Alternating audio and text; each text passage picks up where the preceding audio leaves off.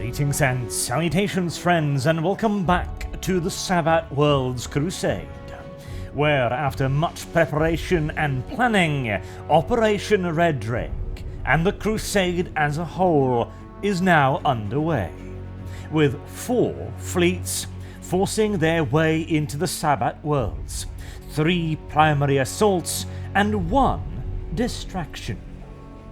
For order's sake, we are going to refer to these as First Fleet, which will be heading towards Formal Prime under the command of Slaydo himself. The Second Fleet, under the command of Lords Militant Hummel and Deliane, heading towards Onskard. The Third Fleet, under the command of Generals Dravir and Akensor, whose target is Long Hallant. And finally, Lord Militant Sibon, leading the diversionary fleet heading towards Inred.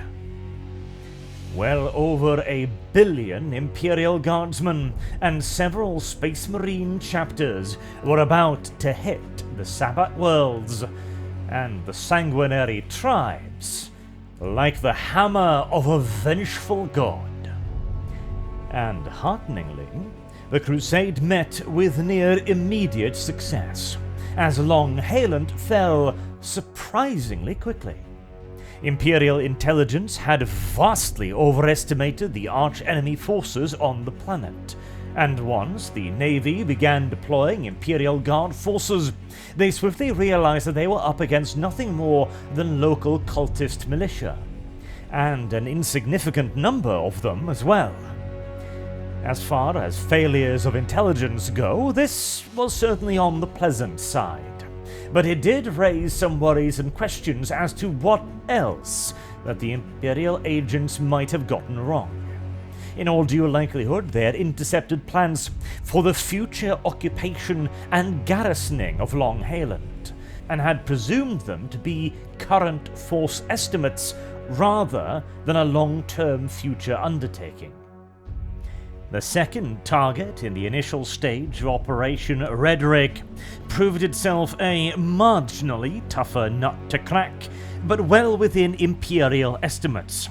The planet of Onskard fell a mere 3 weeks after Long Hallant. But the swiftness of the planet's fall does not do justice to the ferocity and the scale of the fighting, as Onskard really was the first true test of the invading Imperial Guard and Navy forces' mettle. This is where they first met both arch-enemy fleet elements, the Vahedwak, and Chaos ground forces, that had massed in significant numbers with solid armor and artillery support, ensconced within prepared defensive positions. Now, the Void engagement proved to be a fairly one-sided one. This was the Imperial Navy at its most concentrated and powerful.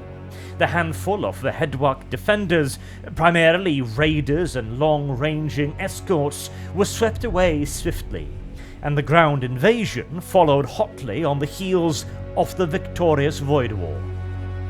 The opposing forces had already surrendered the overwhelming majority of the planet straight into Imperial hands, having gathered their strength in a handful of major built-up areas, primarily the planetary capital of Ferven City. This was a calculated move on the arch-enemy's behalf, as they assumed the Imperium would not risk orbital bombardment of major population centers this early on in the Crusade, as the Imperium would require them as forward operating bases, with their infrastructure and warehouse capacity as intact as possible. This entirely reasonable assumption proved, of course, to be entirely correct, and had allowed the Chaos forces to dig in heavily in the defense of Ferven City, along with a few other large urban centers. Ferven in particular had been supplied with a generous quantity of heavy and medium field artillery, making the approaches to the city extremely challenging. It seems obvious now, with the benefit of hindsight, that this too was a calculated move by the arch-enemy, They had made Fairhaven City a spiky proposition.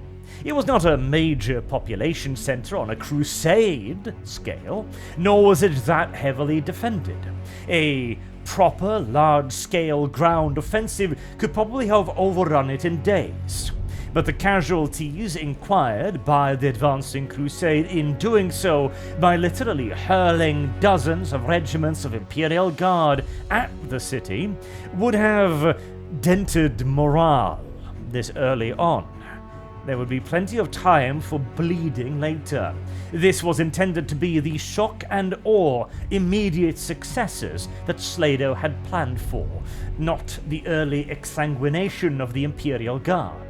Thus, instead of storming the city and getting the campaign over with inside of a week, time and care was used to deploy dozens of artillery and armor regiments instead. That began a lengthy duel that would continue for nearly the full 3 weeks, digging the enemy guns out of each and every single position, one weapon at a time, obliterating earthworks and shattering improvised bunkers. Normally, this sort of siege warfare would be a lengthy undertaking, and it seems reasonable to suspect that Nadzibur had intended for just that, for Fairhaven to become a major and early speed bump for any prospective Imperial Crusade. He had not counted with, however, the sheer scale of the invading forces. A truly staggering amount of munitions was expended, but in return, the massed, dug-in Chaos batteries in and around Fairhaven were destroyed in record time, buying the Archon no more than 3 measly weeks. Admittedly, at that time, when the Crusade's main strength moved on, the planet was not completely pacified, as large-scale resistance persisted in the cities of Tenash and Brulliance, along with continued skirmishes and guerrilla warfare that would go on for years. But within the first few days of the dawning year, all determined resistance and any real threat of a genuine counterstroke had been eliminated by second-line regiments. This relatively easy pace of advance, however, was never going to last, as the Warmaster's principal strength, the First Fleet, ran into its first true roadblock on the planet Formal Prime. The planet had already been identified by Warmaster Slaydo as a potentially stumbling block for the start of the Crusade. This is why he had directed his primary strength towards it, and for good reason. Formal Prime was an old, and by now mostly derelict, hive world. At some point in the expansive history of humanity, the planet must have been a bustling, planet-sized metropolis, as it had several massive hive structures dotting its surface. But over the millennia, time had not been kind to Formal Prime, and most of its hives, virtually all in fact, were now at best in a state of disrepair, and at worst in a state of outright rot and collapse. Many of the larger hive structures had even outright begun to sink into the planet's soft soil, creating vast and complex underhive structures, with thousands of kilometers of tangled and barely, if even at all, mapped tunnels, millions of divergent paths, caves, long-lost highways, subterranean sinks and sewer complexes turned into living quarters, and cavernous underground spaces created by the collapse of dozens of hive floors. A convoluted mess of the highest order, which afforded the defender trillions of bolt holes in which to hide, and equally many paths through which to ambush advancing Imperial forces as they dug ever deeper into the crumbling monolithic structures. already on the immediate face of it, on the theoretical planning tables and the countless papers scattered across the Warmaster's desk, this was clearly a grand challenge. And that was precisely why Slaydo had brought his first fleet here, the cream of the Imperium's crop, his greatest strength, to descend upon Formal Prime in hitherto unseen numbers. Slaydo estimated 6 weeks from the beginning of pacification's operations to the completion of compliance paperwork. This was to be a demonstration of the sledgehammer of the Imperium, of the crushing force of the Guard, and it was to be Slaydo's moral victory to steal the resolve of the Crusade as it plunged ever forward into the Sabbat Worlds. It was a carefully chosen battleground, with a carefully chosen risk, with a carefully chosen reward, and against a conventional foe, the Warmaster may very well have been entirely correct. But Formal Prime was also the first instance in which the invading Imperial forces was to run into the true fanatical nature of the arch-enemy, as the principal opposition on Formal Prime was guided not by military commanders, but rather by a class of zealous priesthoods known as the Carismites. They were the first Imperial Guard rough equivalent formation that the Crusade had encountered.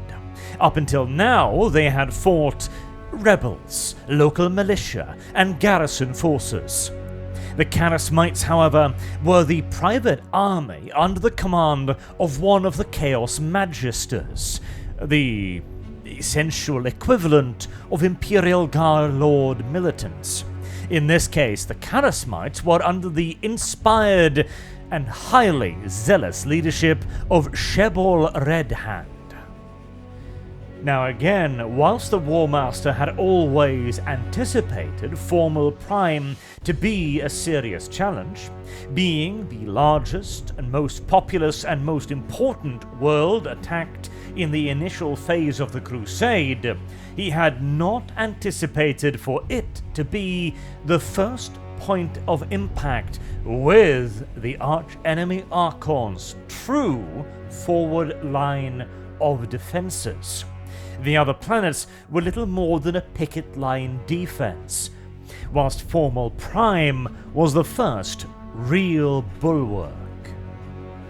Thus, 1, 2, 3, 4, 5, and 6 weeks came and went, and a 7th, and an 8th, and a 9th, and a 10th. By the 11th week, Slaydo was growing increasingly desperate. Not because he was in any clear danger of losing the war at this point. The war for Formal Hive was solidifying into an Imperial victory, but it was taking far too long.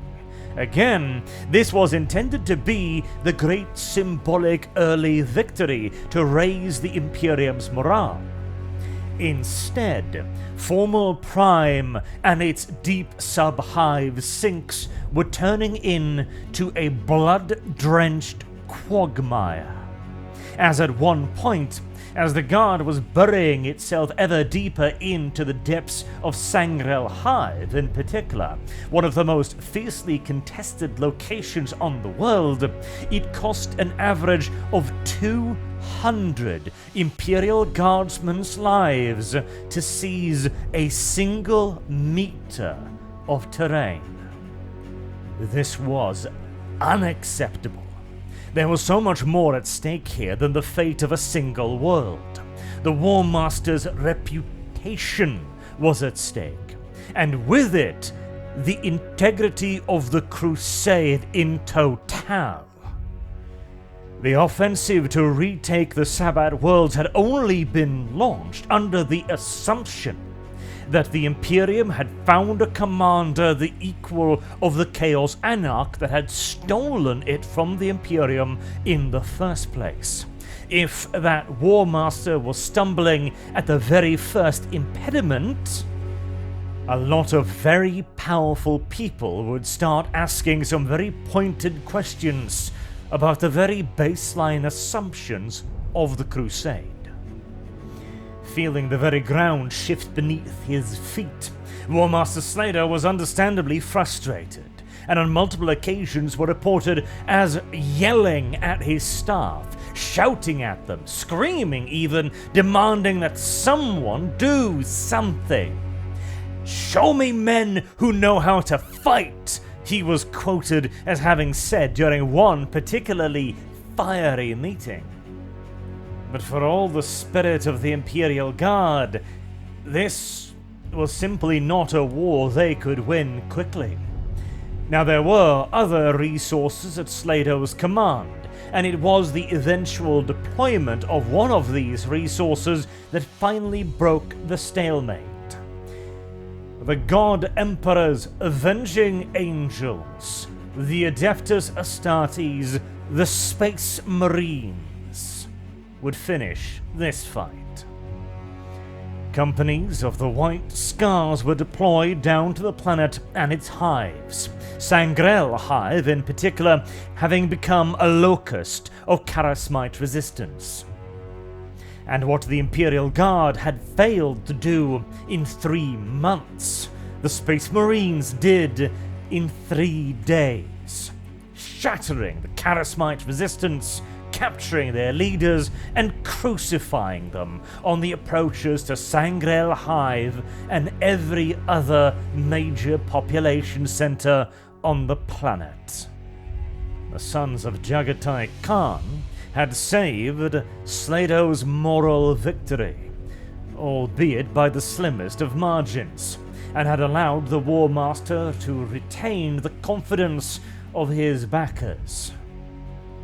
But it had also forced him to play a card he was intending to keep in reserve until much later on in the Crusade. Even just the simple fact, the information that there were Astartes forces in the Crusade host was invaluable information for the Anarch. And judging by the speed of the annihilation of the Carismite forces in Sangrel Hive and surrounding areas, he could also get a decent estimate of their strength, their disposition, and probably their nature as well. Thus, despite former Prime of course being a solid Imperial victory, the first round of leader versus leader, of Warmaster versus Anarch, has to go to the Chaos Warlord.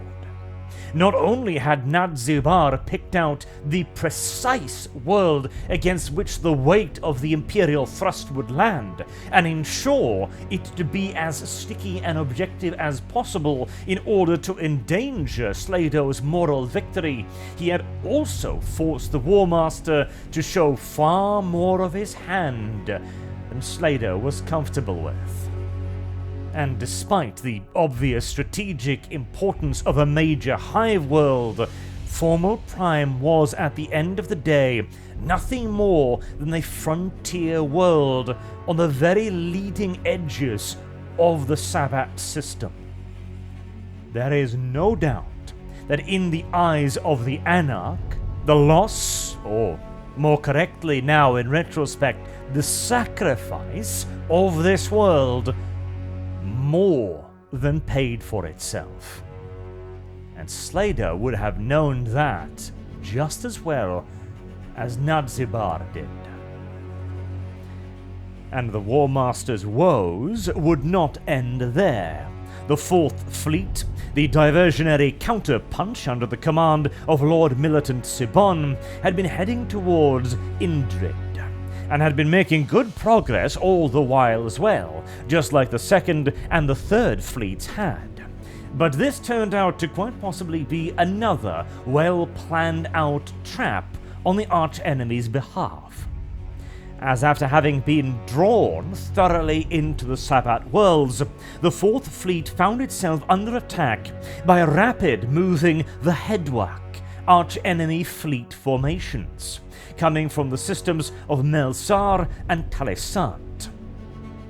Operation RedRake had not envisioned the enemy being able to move such significant naval reserves so quickly to such a far-flung area, certainly not on any level that could possibly threaten the existence of the Fourth Fleet, and yet Lord Militant Sibon found himself now in the very real danger of being cut off and attacked on two sides, crushed between the reinforcements coming into his rear and the objectives that still lay to his front. What Slaydo had intended as a diversionary maneuver had suddenly become a do-or-die scenario, both for Sibon and his Fourth Fleet, and also potentially for the Crusade at large.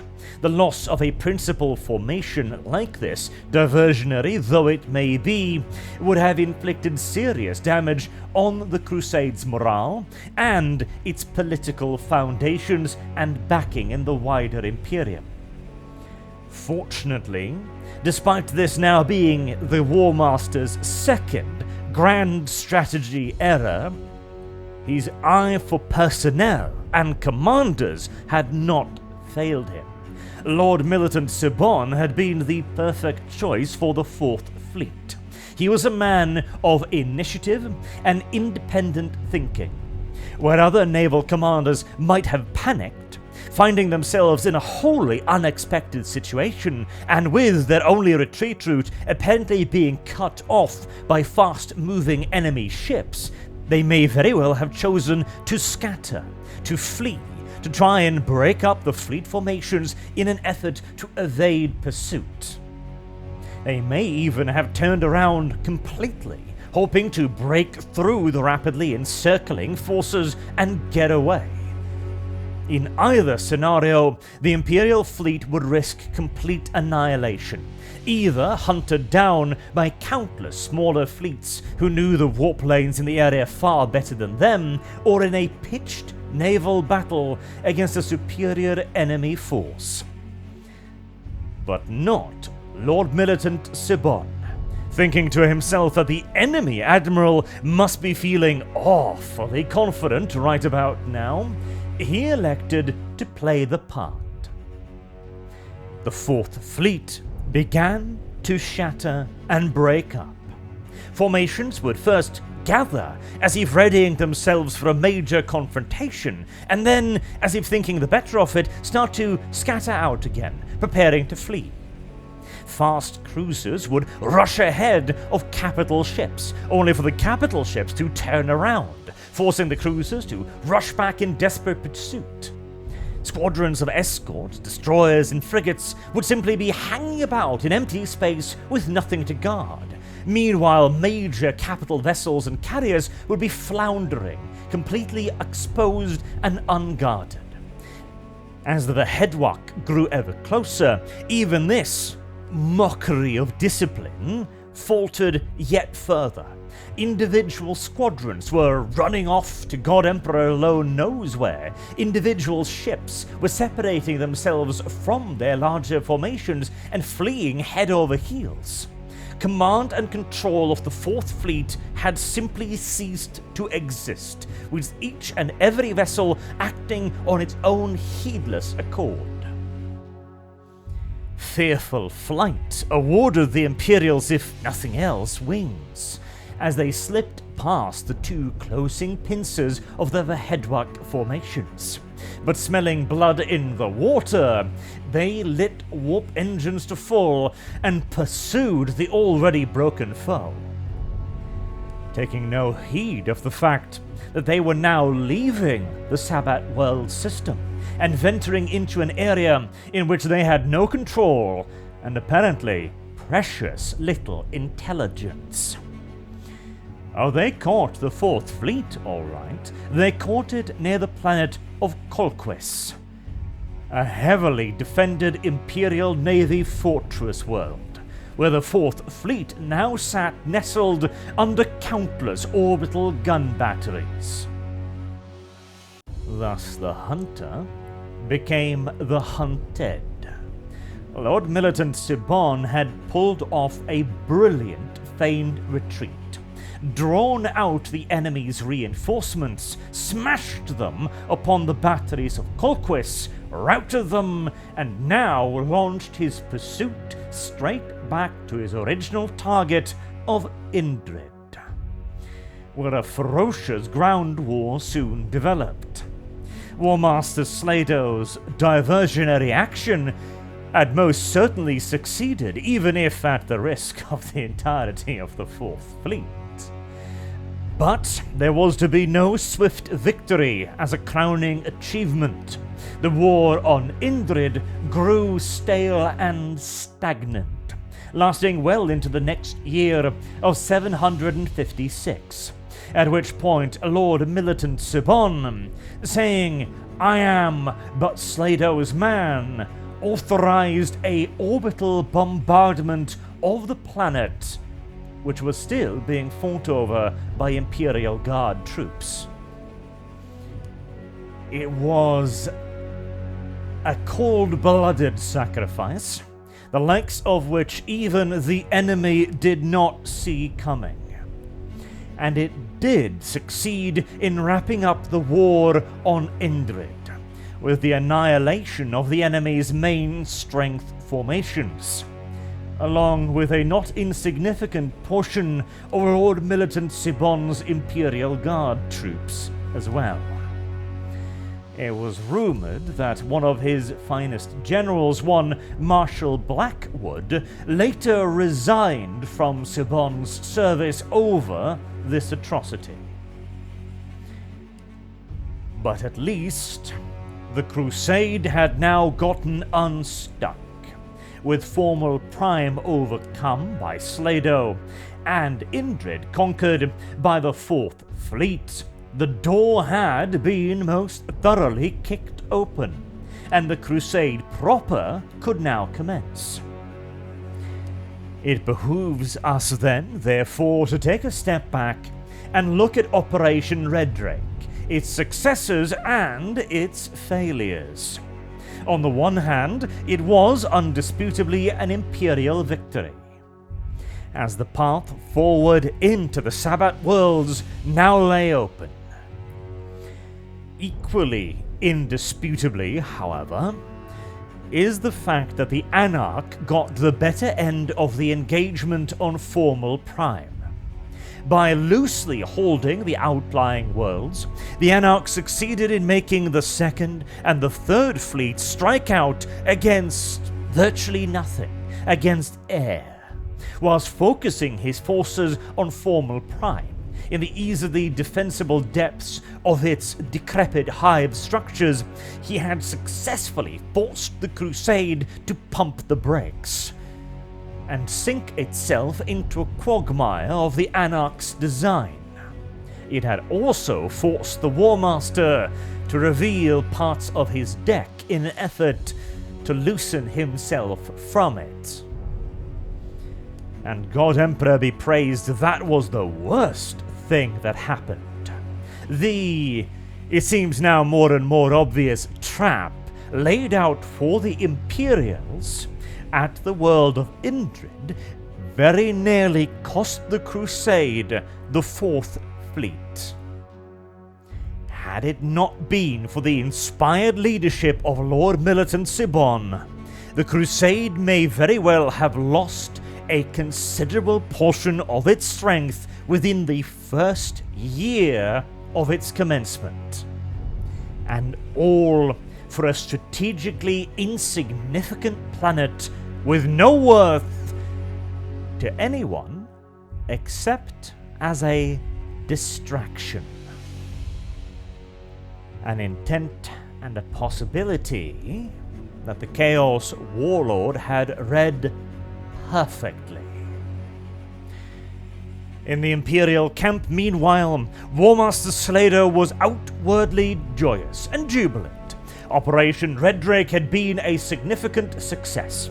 It had achieved all its principal objectives and could now march forward into the Sabbat Worlds. Yes, it had been delayed, and Imperial intelligence revealed that large Chaos forces were now gathering on the worlds of Gothrone, Lucius, Hesketh, Kokiaminus, Fornax Aleph, Ambold 11, Ashek II, Melsar, and Taliskant. But this was no more than anticipated. Of course, the enemy would react now that their front line had been so completely broken open. These were the enemy's hurried reinforcements, thrown into position to be brushed aside with brusque and ease.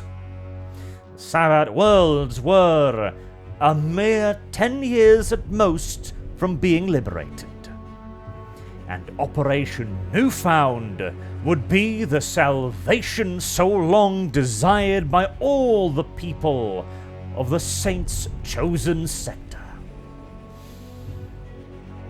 We'll see if reality is quite so kind, however, as the war will be over by Christmas, as seemingly always turned out to be a falsehood.